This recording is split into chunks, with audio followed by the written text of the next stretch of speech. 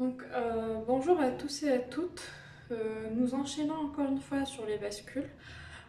Nous allons traiter aujourd'hui de la bascule D sur niveau, sur franc, mais uniquement pour les chronogrammes, ce qui donne suite à ce qu'on avait vu la dernière fois. Puis nous allons aborder encore une fois un autre type de bascule synchrone qui est la bascule JKI qui se rapproche très fortement de la bascule RS qu'on avait vue précédemment. Ce serait tout pour aujourd'hui. On avait vu précédemment que la bascule D est tout simplement une bascule qui reprend l'état d'entrée quand l'horloge est tout simplement active. Je rappelle le fonctionnement. Vous avez éventuellement alors fonctionnement de la bascule D.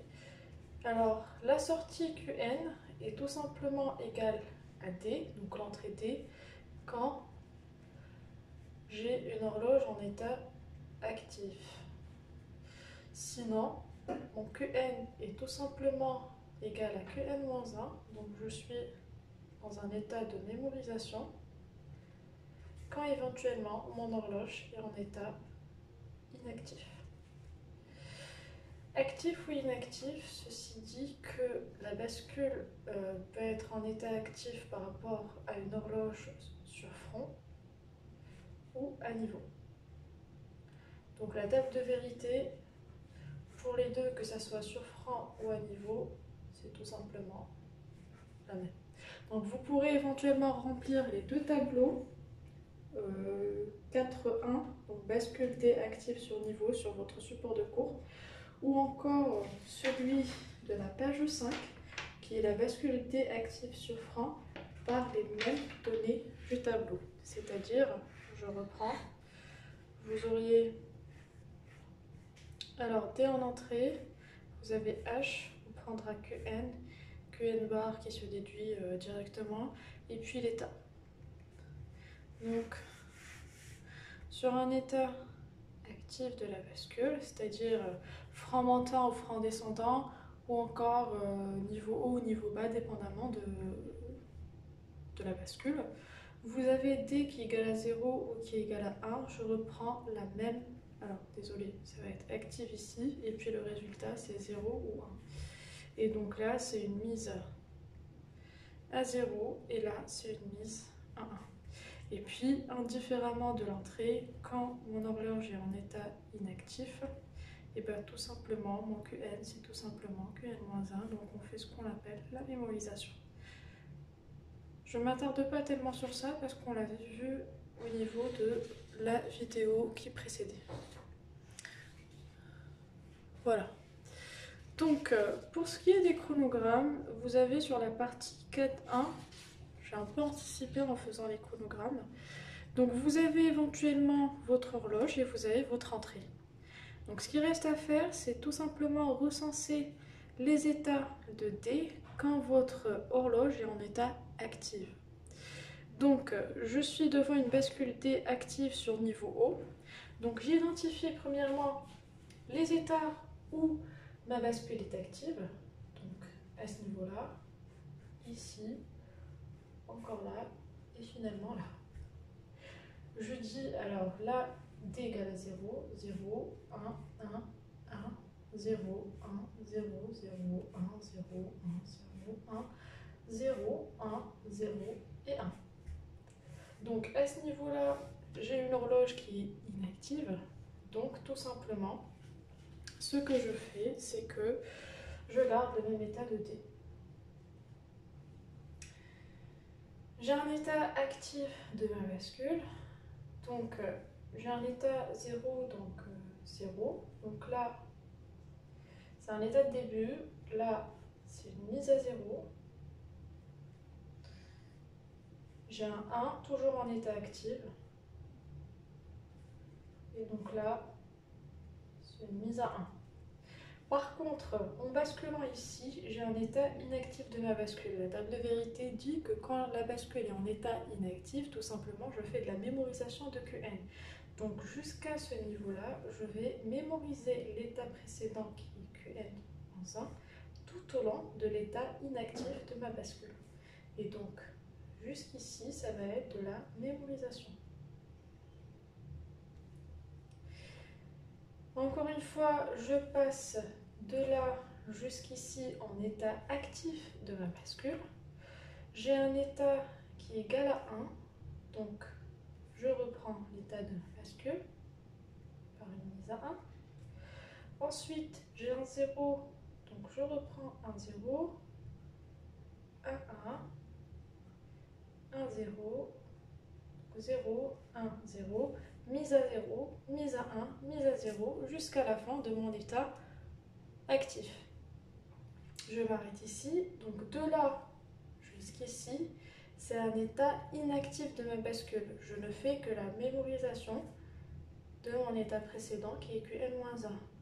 Et donc je mets tout ça à 0, mémorisation. Et donc par là, encore une fois, j'ai un état actif de ma bascule de ce niveau-là jusqu'à ce niveau-là. Donc c'est un état actif de la bascule. Je reprends ce qui est en entrée D. Donc là, je reprends un 1, puis un 0, puis un 1 jusqu'ici. Donc là, c'est une mise à 1, mise à 0, mise à 1. Vous aurez compris, je n'aurai pas suffisamment d'espace pour écrire ensemble, mais vous avez compris. Voilà, mise à 1. Encore une fois, de là jusqu'ici, c'est un état de mémorisation. Tout simplement parce que je suis devant une bascule qui est inactive. Et donc, je reprends l'état Qn-1, ici mis à 1. Et finalement, donc de là jusqu'à là, je suis en état actif de ma bascule. Donc, c'est un 0. Et puis, c'est un 1. Donc, une mise à 0. Et puis, une mise à 1. C'est le même principe partout pour toutes les bascules à niveau, que ce soit niveau haut ou niveau bas. Alors, nous allons traiter de la bascule, mais cette fois-ci à franc. Alors, contrairement à ce qui a été précédemment abordé sur tout ce qui était bascule à niveau, les bascules à franc, l'état actif de ma bascule, c'est tout simplement prendre la valeur qui est à l'instant TI, où ma bascule est active. On est devant une bascule à franc montant, donc elle est active à ce niveau-là. À ce niveau-là, D vaut 1, donc 1 va s'étendre de ce niveau franc montant jusqu'à, de ce franc montant jusqu'au franc montant suivant. Au prochain franc montant, nous prenons la valeur de D, elle sera égale à 0, donc mon Qn sera égal à 0 jusqu'au prochain franc montant, et ainsi de suite. Donc, alors, jusque-là, ma valeur Qn sera égale à 0. J'ai un franc montant, donc déclenchement du fonctionnement normal de ma bascule, D égale à 1, donc de là jusqu'au prochain franc montant, ma bascule serait égale à 1. À ce niveau-là, un nouveau déclenchement de ma bascule, franc montant, la valeur est égale à 0, donc jusqu'au prochain franc montant, mon Qn sera égal à 0. De la même manière, nous observons au niveau du prochain franc montant que la valeur, à ce franc montant, encore une fois, désolé, la valeur est égale à 0, donc elle s'étend de là jusqu'ici. À ce niveau-là, j'ai un franc montant avec une valeur de D qui est égale à 1. Là, la valeur elle était égale à 0.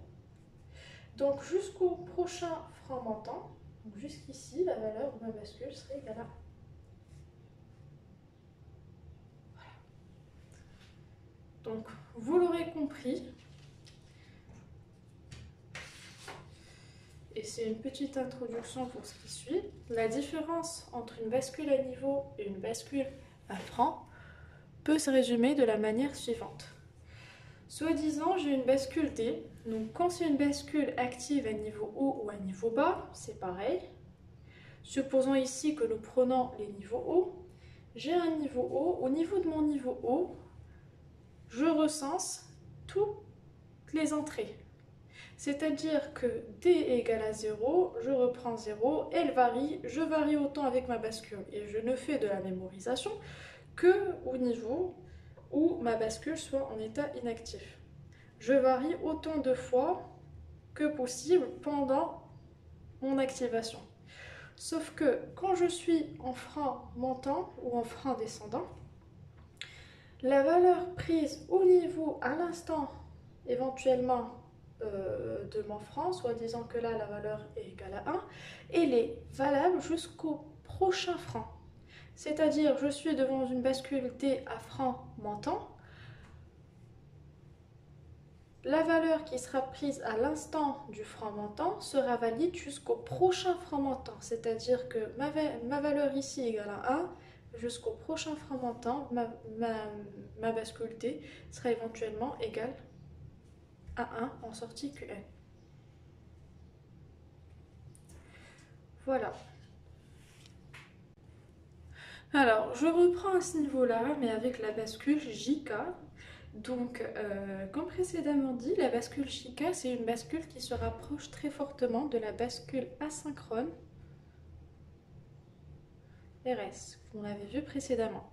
Sauf que il y en a autant de différences, j'ai envie de dire, mais les deux majeures différences entre les deux, c'est dire que la bascule RS, c'est une bascule déjà asynchrone, donc elle ne dépend pas d'une horloge.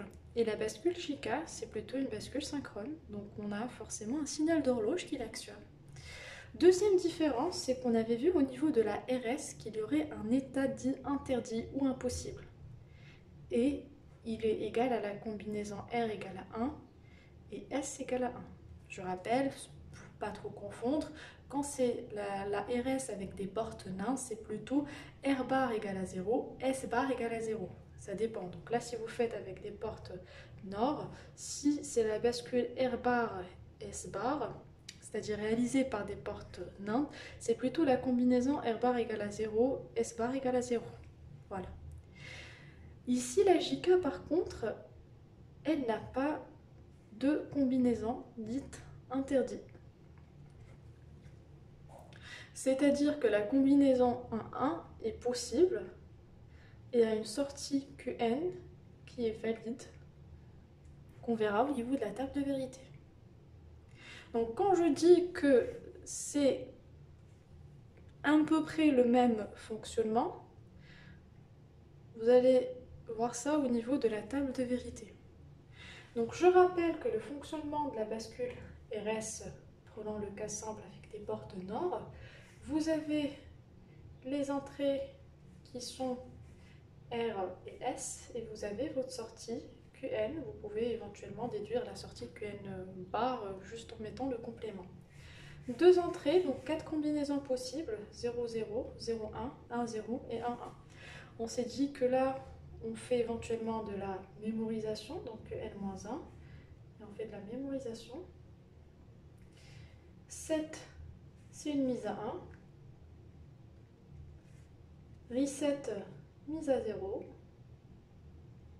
Et puis la combinaison A1 qui est dite interdite. Et généralement, on choisit le forçage à 0. Quand c'est la bascule R bar S bar, on fait un forçage 1-1. Je vous ai expliqué que c'est un choix de constructeur et il y a pas mal de paramètres qui actionnent ce choix-là. Donc au niveau de la table de vérité, pour la bascule, je précise JK, si j'ai dressé la table de vérité de la RS, c'est juste pour agir, mais en analogie par rapport à cette table de vérité-là. Donc on s'est dit que la bascule JK, c'est une bascule synchrone. Donc forcément, vous aurez, en plus des entrées de données, une entrée d'horloge. Et donc vos entrées, tout simplement, c'est J et K. Et en sortie, bah, tout simplement, les sorties standards QN et QN bar. Ensuite, on mettra les états. Donc, JK, alors, nous allons résumer alors, en état inactif, c'est-à-dire quand H est en état inactif. Peu importe les entrées, c'est-à-dire quand je dis peu importe les entrées, c'est-à-dire peu importe la combinaison J égale à 0, K égale à 0, J égale à 0, K égale à 1, J égale à 1, K égale à 0, ou encore J égale à 1 et K égale à 1. Peu importe ces entrées-là, je ne fais que de la mémorisation, donc Qn-1.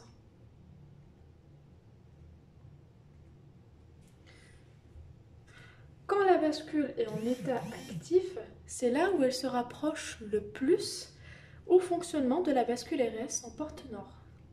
Donc nous dressant éventuellement les 4 cas possibles, vous aurez 0, 0, 0, 1, 1, 0 et 1, 1. Vous avez un état actif de la bascule. 0, 0, on s'est dit qu'on fait de la mémorisation. Donc, mémorisation. Pareil à ce qui se fait au niveau de la bascule RS. Quand K égale à 1, vous avez une mise à 0. Quand J égale à 1, vous avez une mise à 1. Et quand vous avez éventuellement la combinaison dite interdite avant, c'est tout simplement Qn-1 bar. Et là, on introduit un nouveau état qui s'appelle le basculement. Et je vous en ai parlé la dernière fois. On parle de basculement quand Qn égale à Qn-1 mais bar. Et la mémorisation quand Qn égale à Qn-1. La mise à 1, c'est quand Qn est constante, égale à 0, et la mise à 0 plutôt, et la mise à 1, c'est tout simplement quand Qn est constante, égale à 1. Voilà.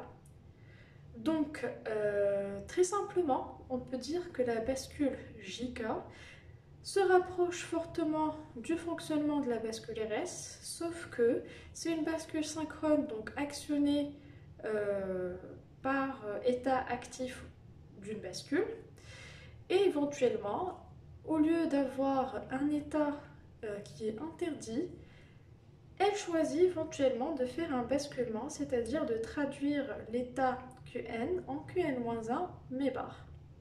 Voilà. Donc, très simplement, je vous invite à faire une pause et à réfléchir au tableau de Carnot qui derrière va vous rediriger et à la simplification de la fonction logique, comme ce qu'on avait fait avant. Je rappelle qu'à chaque fois que vous avez une sortie qui est interdépendante de Qn-1, nous prenons Qn-1 au niveau du tableau comme étant une entrée. Pour ceux qui auraient peut-être oublié, la forme du tableau, c'est tout simplement Qn-1 qui est une entrée vu que plusieurs états en dépendent, et JK de l'autre côté. Donc vous avez une variable, donc 2 cas possibles, et JK, donc 4 combinaisons possibles pour un binaire réfléchi. Donc 0, 0, 0, 1, 1, 1 et 1, 0. C'est pourquoi j'insiste sur le binaire réfléchi. Voilà. Donc je vous invite éventuellement à faire une pause, à remplir le tableau et derrière à me dire quelle est la fonction Qn pour éventuellement une bascule JK. Donc j'imagine qu'après reprise de la table de vérité au niveau du tableau de Carnot, c'est assez simple. J'ai la combinaison 0, 0, c'est tout simplement cette ligne-là. Je me dis, ça vaut Qn-1. Donc je reprends tout simplement la valeur de mon Qn-1. Désolée, c'est plutôt un 1.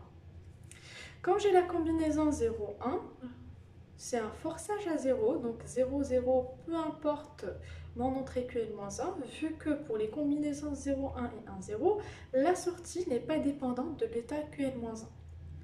Quand j'ai un 1, vous aurez tout simplement Qn-1 mais bar. Donc si mon Qn-1 égale à 0, mon Qn égale à 1, et inversement, si mon Qn-1 égale à 1, mon Qn égale à 0.